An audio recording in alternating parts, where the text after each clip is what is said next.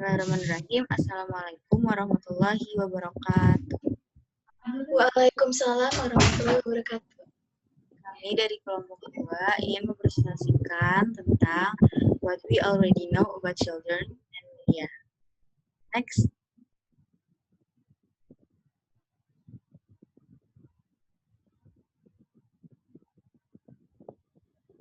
Anggota dari kelompok 2 ada Amelia Salsabila, Zakia Putri Azahra, Irma Atarani, saya sendiri, Diva Aulia Rahma, Putri Berliana, Rafeliana Drabakis, Bayu Triutami, dan Tria.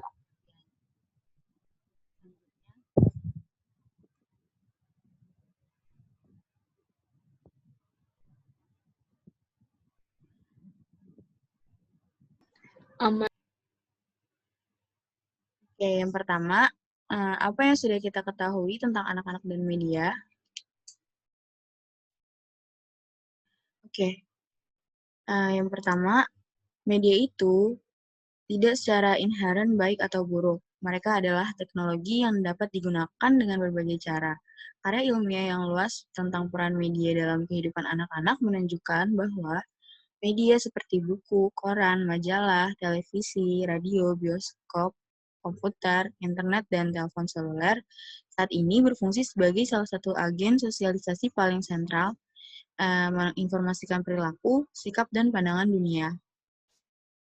Mereka adalah pencerita utama di zaman kita, yang berfungsi sebagai serangkaian sumber informasi dan hiburan untuk segala usia di semua budaya di seluruh dunia. Media sering diperlakukan oleh para sarjana dan masyarakat umum dengan cara dualistik. Di satu sisi, kami menganggapnya sebagai positif.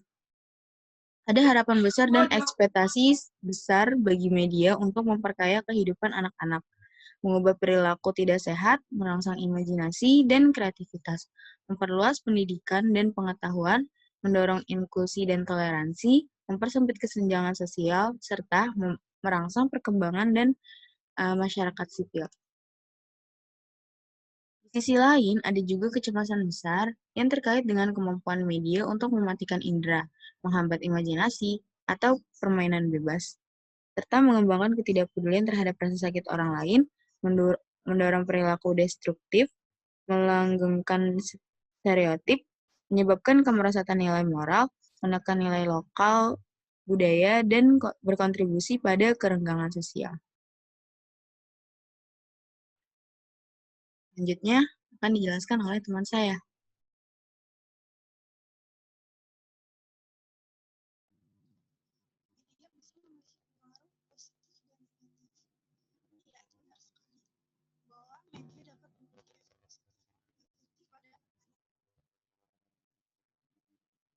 Ya, bisa memiliki pengaruh positif dan negatif.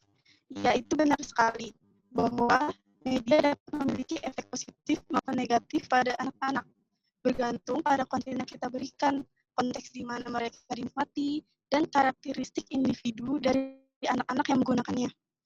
Adapun pengaruh positif media terhadap anak, yaitu mempelajari hal-hal baru, bertukar ide, dan membantu mengasah keterampilan jaringan.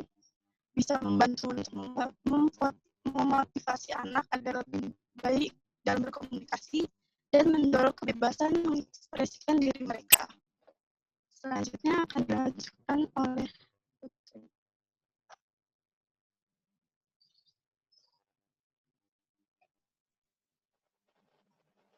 Suara aku kedengaran nggak?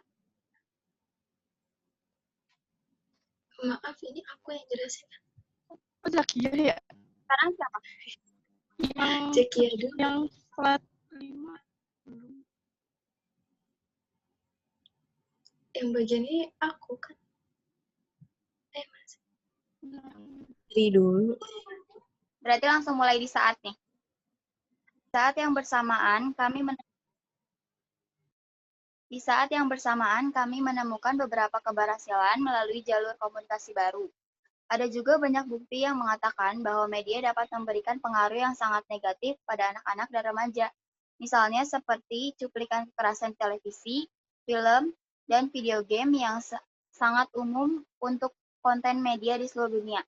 Hal ini mempengaruhi anak-anak dalam berbagai tingkatan, yaitu yang pertama perilaku atau peningkatan perilaku agresif, yang kedua mental, ketakutan dan kecemasan yang meningkat terhadap lingkungan tempat mereka tinggal, yang ketiga sosial, desensitisasi terhadap penderitaan sesama manusia, dan legitimasi kekerasan sebagai cara untuk menyelesaikan konflik antara manusia.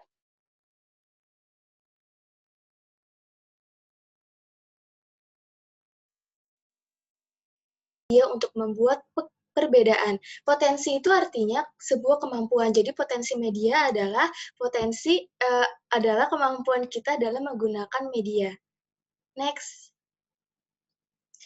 Contoh-contoh berikut menunjukkan kepada kita potensi media, baik secara positif maupun negatif, untuk membuat perbedaan dalam kehidupan anak-anak di semua bidang perkembangan mereka, seperti perilaku seperti meniru berbagai atau meniru agresi. Selanjutnya secara sosial, seperti berteman atau menindas teman sekelas, mereka di sekolah atau di internet. Secara kognitif, seperti mempelajari keterampilan kesiapsiagaan sekolah atau mengembangkan rentang perhatian pendek, dan bahkan secara fisik, seperti belajar gizi seimbang, atau mengembangkan kebiasaan makan yang buruk. Jelas, pengaruh media tidak hanya baik atau buruk. Selanjutnya akan dijelaskan oleh teman saya.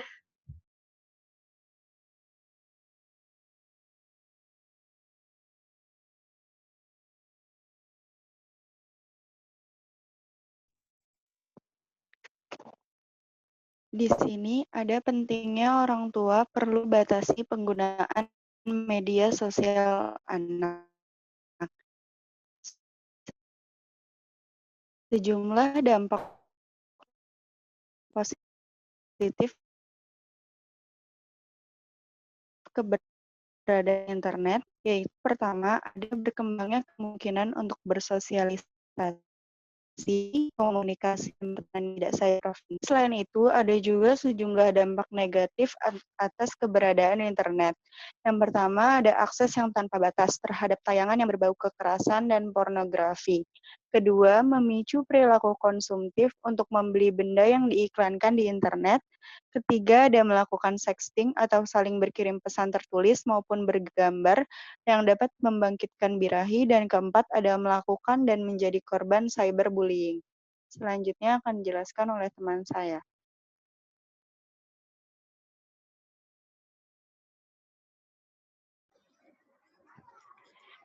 Saya akan menjelaskan mengenai cenderung meniru. Menurut Bernie, anak dan remaja punya kecenderungan anak untuk meniru hingga mencoba hal yang dianggapnya baru dan menantang. Akan sangat bagus jika hal yang ditiru adalah yang positif sehingga dapat menambah wawasan pengetahuan anak. Tapi lain hal jika yang ditiru adalah hal negatif. Ini akan menimbulkan masalah besar pada anak. Salah satu hal yang tidak dapat dihindari dari dampak penggunaan media internet adalah terjadinya cyberbullying.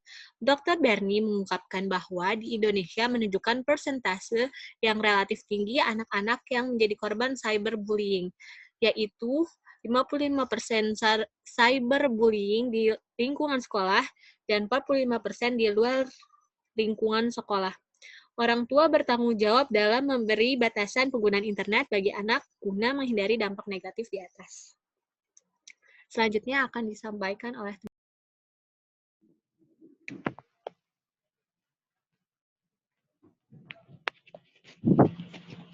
Selanjutnya ada pendampingan dialogis orang tua sangat dibutuhkan dalam mengawasi setiap kegiatan anak dalam bermain gadget dan perlu batasan-batasan dalam mengakses di fitur-fitur tertentu. Orang tua harus lebih cerdas dari anaknya. Perlu adanya trik khusus dalam mengurangi dan menghindari anak dalam pemakaian gadget. Pola kedisiplinan yang konsisten perlu diterapkan oleh para orang tua, apa saja yang boleh dan tidak boleh diakses, supaya menghindari anak dari pengaruh negatif penggunaan gadget. Selanjutnya akan dijelaskan oleh teman saya.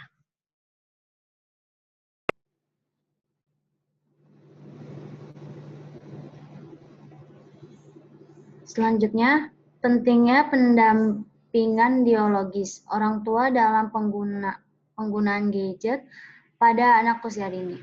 Risiko penggunaan gadget pada anak usia dini, hal ini dikarenakan gadget tergolong sangat mudah didapat atau terjangkau oleh berbagai kalangan. Tidak heran jika banyak kasus-kasus pornografi dan porno aksi pada anak. Dan anak ini dapat dikatakan telah mengalami ketergantungan terhadap salah satu terobosan terbaru pada era globalisasi ini. Pada saat makan, saat belajar, dan saat bermain. Bahkan saat tidur tidak dapat lepas dari gadget tersebut. Orang tua tidak dapat melakukan banyak hal selain menuruti keinginan anak tersebut. Penggunaan gadget di kalangan anak berdampak negatif terhadap perkembangannya. Dengan adanya kemudahan dalam mengakses berbagai media informasi dan teknologi, sehingga menyebabkan anak-anak menjadi malas bergerak dan beraktivitas. Selanjutnya akan dilanjut oleh teman saya.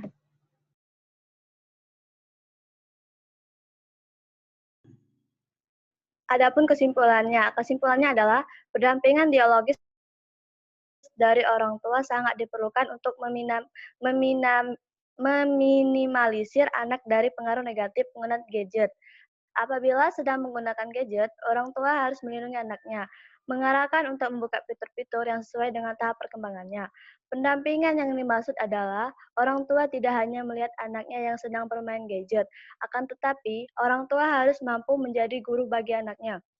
Gadget dijadikan media untuk meminimalisasi anak. Misalnya, fitur-fitur yang sesuai dengan anak atau permainan bisa dikembangkan untuk bahan diskusi supaya anak tidak terlalu fokus pada gadgetnya. Dengan penerapan seperti itu, anak dilatih untuk tetap berinteraksi dengan lingkungan sekitarnya.